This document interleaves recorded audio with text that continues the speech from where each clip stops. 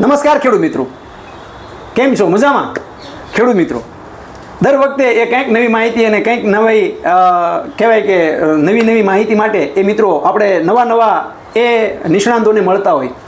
મિત્રો, આજે આપણે વાત કરવી છે પશુપાલન ક્ષેત્રની. અને પશુપાલન ક્ષેત્રની અંદર જે મહારાષ્ટ્રની અંદર ખૂબ મોટું કામ ધરાવતી એવી કંપની એટલે સદન ફાર્મા, જે ખેડૂત મિત્રો માટે, જે પશુપાલક મિત્રો માટે કહેવાય ને કે એ નાનાથી માંડી અને પશુના જે છે એ ઠેઠ જે કહેવાય કે આખો પશુનો સર્વાંગીક વિકાસ થાય એના માટે એ સતત ને સતત આ કંપની કામ કરી રહી છે.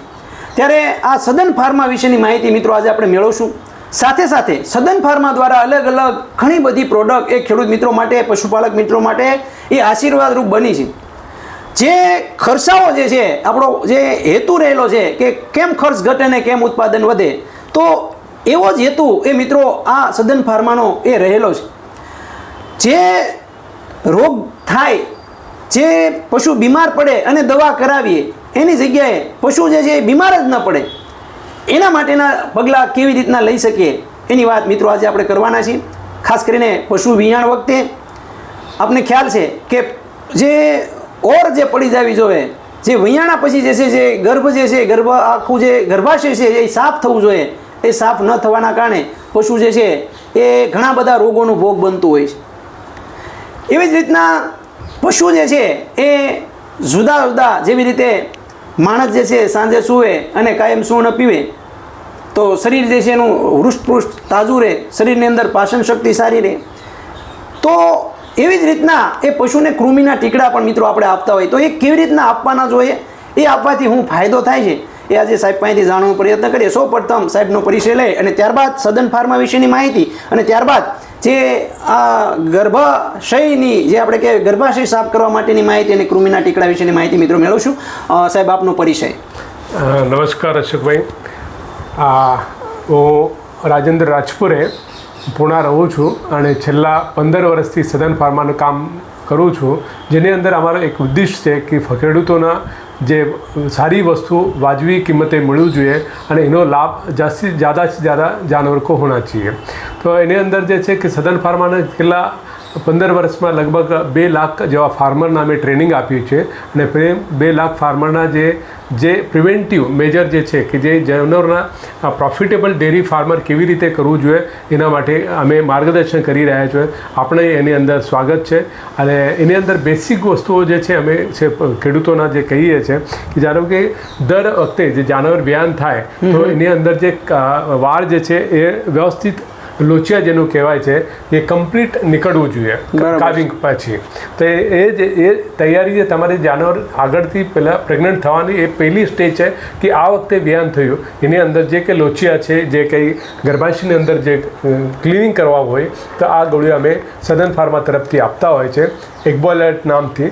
કે જે ગોળીઓ આપવાથી શું થાય કે ટોટલ અંદરનું જે લોચિયા જે છે કે જેવી રીતે આ ગર્ભ જે છે, જે કાફ જે છે એ એવી રીતે એટેચ થયું છે, કોટિલિડન્સ કહેવાય છે, એનાથી એ ડિટેચ થઈ જાય છે. આ એવા લાખો જેવા હોતા હોય છે. તો એ ડિટેચ કરવા માટે આ ગોળીઓ કામ કરે છે. તો એના જે છે તમે કાવિંગ થયું એટલે તરત જ ઇમિડિયેટ જે છે 2 ગોળીઓ સવારે સાંજ ગોળની સાથે 5 દિવસ આપો તો શ્યોરલી 100% નેક્સ્ટ વખતે તમારા જાનવર જે છે એ વ્યવસ્થિત મતલબ દૂધ બી આપશે. મેટ્રો પાયોમેટ્રા યા બાકીના જે વસ્તુઓ છે, જે લોચિયા અંદર જે ગંદકી હોય એ કમ્પ્લીટ ક્લિનિંગ થઈ જતું હોય છે. એવી જ રીતે આ થયું આ યુટ્રસનું ગર્ભાશયની વાત. એવી જ રીતે જાનવરના જે છે શરીરની અંદર છે જે ઇતળી કીડા હોય છે, કૃમિ હોય છે, એ કલે જુદા જુદા હોય, ગોલ કૃમિ હોય કે ચપટા કૃમિ હોય. તો એવી રીતે કૃમિની જે દવાઓ છે એ દર સિઝને, સિઝન એટલે સિઝન ચાલુ થવાથી અને બંધ થવાથી, તો ધારો કે અત્યારે શિયાળો સિઝન ચાલુ થાય તો આ વસ્તુઓ જરૂર આપશો કે જેનાથી જેટલું આપણે જે જનાવરને સારી રીતે ખવડાવ્યું છે, દાન ખવડાવ્યું છે, સારી મોંઘી જે ચારા ખવડાવ્યો છે, એનું ઉત્પાદન જે વ્યવસ્થિત થવા માટે કે એને ડાયજેશન વ્યવસ્થિત થઈ જશે, જાનવરને હેલ્થ વ્યવસ્થિત થઈ જશે અને જે કંઈ ખવડાવ્યું હોય એ જાનવરને પચન પડશે યા એના શરીરની અંદર ઉપયોગ થઈ જશે. અને કેવી રીતનું આપવાનું હોય છે? કેટલા સિઝનમાં એક વખત આપવાનું હોય છે? એક વર્ષમાં મિનિમમ 2 વખત 3 વખત આપવું જોઈએ. બરાબર. વર્ષમાં 2 થી 3 વખત આપી શકે. જેવું સિઝન, ધારો કે શિયાળો ચાલુ થાય છે, હવે શિયાળો સંપા પછી ઉનાળો ચાલુ થાય, પછી રેની સિઝન ચાલુ થાય, તો જ્યારે સ્ટાર્ટઅપ થઈ જાય એ વખતે તમે કરી જાઓ. અને એ આપવાથી જે છે એ જાનવર જે છે એને કોઈ અંદરના જે કહેવાય કે જે બેક્ટેરિયાઓ છે, કૃમિ છે, એ જે નુકસાન કરતા એ અટકી જાય અને પાચનની જે છે ડાયજેશન એટલે કે પચવાની પ્રક્રિયાઓ જે છે સરસ મજાની થાય. એબ્સોલ્યુટ. બરાબર. શું છે કે બીજું આ વસ્તુ એવી છે કે એટ એ ટાઈમ તમારે ફાર્મની અંદર 10 જાનવર હોય તો 10ના 10 ના આપજો. એક જાનવરને એક ગોળી આપવાની, 6 મહિનાની ઉપરના હોય એને અડધી આપવાની છે અને 6 મહિનાની અંદરના તો 1/4 આપવું છે. અને જ્યારે કે પ્રેગ્નન્ટ જાનવર હોય તો બધાના સુરક્ષિત છે. બરાબર, કોઈને આડઅસર નથી કરતી. બિલકુલ અસર કરતી નથી. ડે 1 જ્યારે જે દાડે તમે એઆઈ કર્યું છે એ દાડાથી માંડીને ગમે ત્યારે આ વસ્તુ આપી શકાય. જ્યારે તમારે જંતની ગોળીઓ આપી શકે. અને આ શું છે, એની સેફ્ટી ઇન્ડેક્સ એટલી બધી છે કે તેનો એક ટીકડી આપવી છે અને તમે 100 ટીકડી આપીએ તો બી જાનવરને એનાથી તકલીફ નહીં. બરાબર, એટલે કે એ એટલી બધી જે છે એ કોઈ આડઅસર જે છે જાનવરને થતી નહીં. એકની જગ્યાએ હો ખાઈ જાય તો જાનવરને કોઈ આડઅસર નથી થવાની. અને બીજું એની અંદર બીજી એક વસ્તુ આઇવરમેક્ટિન નાખેલું છે, જેનાથી સ્કિન ડિસીઝ હોય તો એ બી એનાથી રોકથામ થઈ જાય. એટલે આંતરડીઓની અંદર જે વર્મ છે એ તો નીકળી જશે, એનાથી પ્લસ સ્કિનની ઉપર બી હોય તો 2 વસ્તુઓ એની અંદર નાખે છે.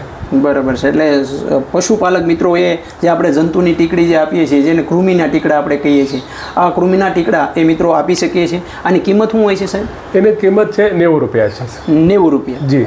એક ટીકડીની કિંમત 90 રૂપિયા છે. એક સિઝનની અંદર એ મિત્રો આપણે એક પશુને એક વખત જે છે એ આપવાની હોય છે. વર્ષમાં 2 વખત અથવા તો 3 વખત જે છે તમે આપી શકો છો. તો આ વાત હતી એ મિત્રો આ કૃમિની, કે ઘણા બધા ખેડૂત મિત્રો જે છે આપણને પૂછતા હોય કે સાહેબ આ કૃમિ પડ્યા છે, પશુ જે છે એ ઘણું બધું ખાય છે પણ સારું થતું નથી, કહેવાય કે પશુનો જે છે એ ગ્રોથ થતો નથી, વિકાસ થતો નથી, પશુ જે છે એ માંદલા જેવું રહે છે, જે ખાય છે એ કૃમિ ઉપાડી જાય. ત્યારે મિત્રો આ કૃમિના ટીકડા એ જંતુઓ જે છે એ કરી શકીએ છીએ. આનું નામ છે જંતમાર્ક તરીને જંતમાર જે છે એના નામે જે છે આ ટીકડી આવે છે. અને ગુજરાતના કોઈ પણ ખૂણા ઉપર એ મિત્રો તમે આ મેળવી શકો છો. સાહેબ, આ ટીકડીનો ઉપયોગ મહારાષ્ટ્રની અંદર જે છે ખેડૂત મિત્રો કેવી રીતનો કરી રહ્યા છે એ પણ અમારા ખેડૂત મિત્રોને વાત કરો.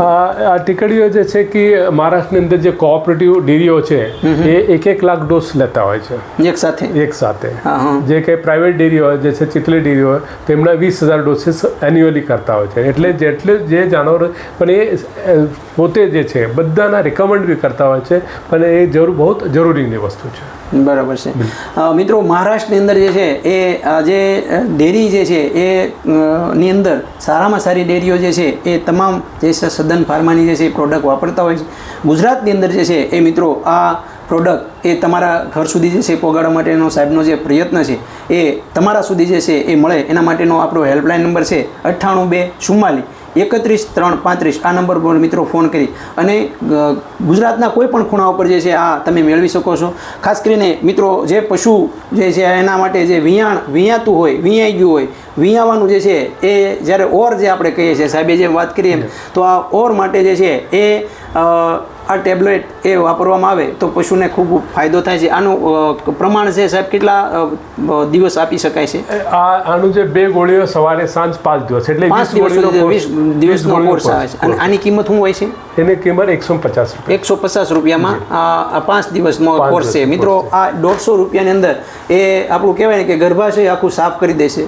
વાછરડું જે છે એ ઘણી વખત જે છે ઓર પડતી ન હોય, આ બધો પ્રશ્ન રહેતો હોય, અને ઓર જે છે એના અંદર જે નુકસાન કરતા કહેવાય કે જો રહી ગઈ હોય તો ઠેઠ આવતા વિયાણ ઊંધી જે છે એ નુકસાન કરતી હોય, ત્યારે ગર્ભાશય જે છે એને વ્યવસ્થિત સાફ કરવા માટે એ મિત્રો આ ખૂબ સરસ મજાનું કામ કરે છે. 150 રૂપિયાની અંદર એ આપણું પશુ જે છે એ સુરક્ષિત રાખવાની કામગીરી આ સદન ફાર્મા દ્વારા એ મિત્રો આ ટેબ્લેટ દ્વારા જે છે કરવામાં આવી છે.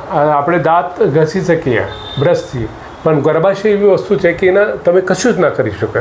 અને એવું પીરિયડ હોય કે જ્યારે વ્યાયામ થયા પછી એ ક્લિનિંગ તમે કરો તો બહુ સૌથી સારું અને જાનવરનું હેલ્થ સારું રહે છે, તમને દૂધ બી વધારે મળી શકે.